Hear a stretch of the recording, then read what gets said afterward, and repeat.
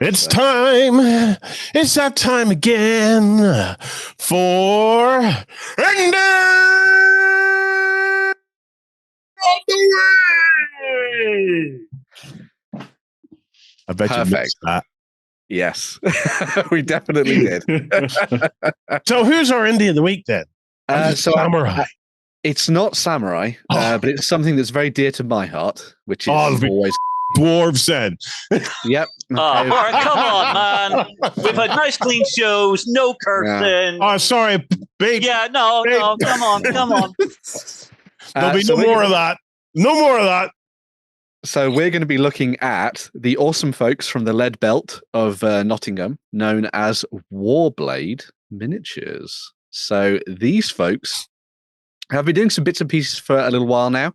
They have some very nice looking miniatures in this collection. Some nice Viking dwarves, as you can see there, looking very, very nice indeed. So you've at least got your Vikings, Warren. On their way back from Japan, apparently. Yes. So there's a really nice section of different bits and pieces in here. We are going to start with 28 mil dwarves, though, because that's a good place to begin. So this is one of the collections that they did fairly recently, and they're sort of broken down into a few different types of units. So you can get the whole warband as a whole, as we saw there. No, thank you. But yes, you've got the likes of Ragnar's crew, looking very nice indeed. All lovely and blurry, which is exactly what you want from a website. Oh, this feels like a jerry pick. Did Jerry pick this one by any chance? You did pick this one. Only Jerry pick. Only Jerry's retinas could actually interpret this. Yes. So we have this really nice section of dwarven characters. You can see at the front there. So you've got Ragnar, you've got Rollo, you've got Lagatha, all in dwarven form. All right, no. Slow down now. How can you tell who is who here? Well, I'm going to say that is Ragnar with his beard. Well, no, because that would be Ragnar with the tattoos on the side of the head, and Rollo has the big beard, and then Lagatha has the war beard. No, I don't think so. I think that one's still Ragnar. Internet, tell Ben he's wrong. I rest my case. That's obviously Lagatha over there. All dwarves are basically the same. Well, yeah. When you've had one dwarf, you've had them all, man. So they're all fairly interchangeable. Yeah, I'm pretty sure every one of them is a Gimli. Yes, so. Yeah. They're all second. How every Irish person knows Bono. All dwarves know Gimli. That's the way it works. Yes. But as you can see, you've got some additional sort of character models in the set as well. So you've got your sort of seer, your shaman that you can throw into the mix. Kill him. Is he the one that you lick? Spoilers. He is the one that you lick. He's the one that you lick. Oh, I forgot that. Yeah. But then you also have loads of dwarven warriors, sort of Viking warriors as well, all split across a variety of different packs, some armed with spears, some armed with axes, as you can see, as part of these little collections. Very, very cool. I really liked how the sets were broken down, and I really liked the way that they'd done the armor and stuff with these sets. I think it's a really nice little mix of designs. So it sort of sticks with that kind of Viking feel of the historical miniatures, but then sort of takes it in different directions, which is always nice to see. But yeah, axe units, rangers, and everything else in between. So yes, some very nice 28mm dwarves. Beautiful sculpts. In the Viking range. Well, sticking with nice Oldhammer vibe you love. It does, yes. I do like myself a bit of Oldhammer. Sticking with the fantasy side of things, we also have the 28mm goblins and orcs that they've been working on as well. So you have your scouts and your shamans and different characters. This is the set that I think a lot of people were very interested in. We'll look at that in a minute as well. And then also a troll too. So you got your scouts, you've got sneaky fellows walking around. I like to think that you could either do these as kind of normal goblins, or maybe these are actually masks that they're wearing. And this is some kind of strange diminutive cult. So you could do something with like halflings or something. I think would be quite nice. Pretending to be goblins. Yeah. Sneaking around, backstabbing things. Thought that'd be quite cool. Yeah.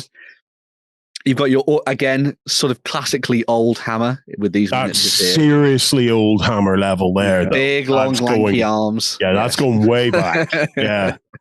But yeah, you've got your shaman, your fighter, your brute, all done by John Pickford, as you can see there.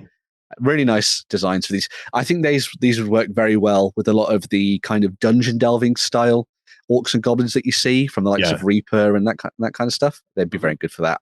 Or maybe even some of those classic sort of wargames foundry style orcs and goblins that again are very Oldhammer and sort of keeping with the Games Workshop feel of the olden days.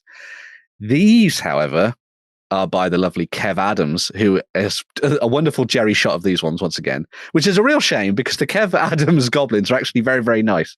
But these ones are far away and furry. But there we go. You've got a nice little section of archers and shamans and champions and all sorts of things in there. So if you're somebody who likes the Goblin Master himself, Kev Adams, you've got a nice little option to pick up some new miniatures on that front. Capping things off, we also have the Troll Meat Walker, who I think is amazing. I love the brain spikes. The brain spikes. Yes, that's awesome. It's a great way of sort of playing around with the idea of him being like dumb and sort of driven around by the pilot, who is having an amazing time, as you can see, which is very, very fun. No, the OS just broke down and he's screaming for tech support. Yeah, that's probably it, actually. Yeah. That wire's come unplugged somewhere. Mm-hmm. He's lost connection through. See, but it's the same as any good printer. Yeah. A lovely sculpt with that sort of classic Oldhammer feel to it again. And the best thing about these, they come from the lead belt. They're all done in metal. Obviously, the resin troll there as well. But a fantastic little collection for those people who like their big, hefty materials when it comes to their miniatures. A really nice if I'm losing, I can throw it at my opponent's head. When I Exactly. That's the way to go. As well as that, we do have some sci-fi stuff in the Space Dwarf category because I love my dwarves. So there's a whole bunch of different things for you to choose from here.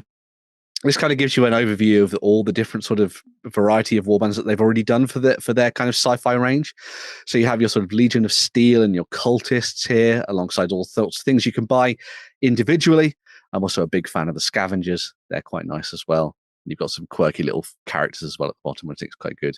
But all of these would be very nice for those people who are trying to build up armies for games like Xenos Rampant, or maybe you're diving into a little bit of one-page rules, playing around in Grimdark Futures and things like that. These are great miniatures for you to sort of use to bulk up your collection and have some fun with on this front. Really nice sculpts, once again, all in metal, which is lovely. If you want something with the vibe of old school squats. Yeah. Mm-hmm. Your Cultists, fantastic stuff, all berobed, as you would imagine they would be. One's even got a fetching hat for like a plague doctor, which I think is nice there. Very nice for sort of fitting into games like, I don't know, like the Doomed maybe would benefit from these. That'd be a good shout for these ones. You could even go down the route of maybe using these for like all of those sort of grim 28mm indie games that have been coming out over the last year or so. You know, all those games that are like 4 pages long and they require you to kit bash things and smash things together and use really weird, quirky miniatures and all that kind of thing. These seem fairly perfect for that kind of game. You got your Scavengers there as well, so you're sort of like Wastelanders with all sorts of different range weapons that they've picked up from various locations. And then the Space Dwarves. So yes, linked to the Legion of Steel, as you could see before, but you can get them in individual packs with their various range weapons and all sorts of different things like that.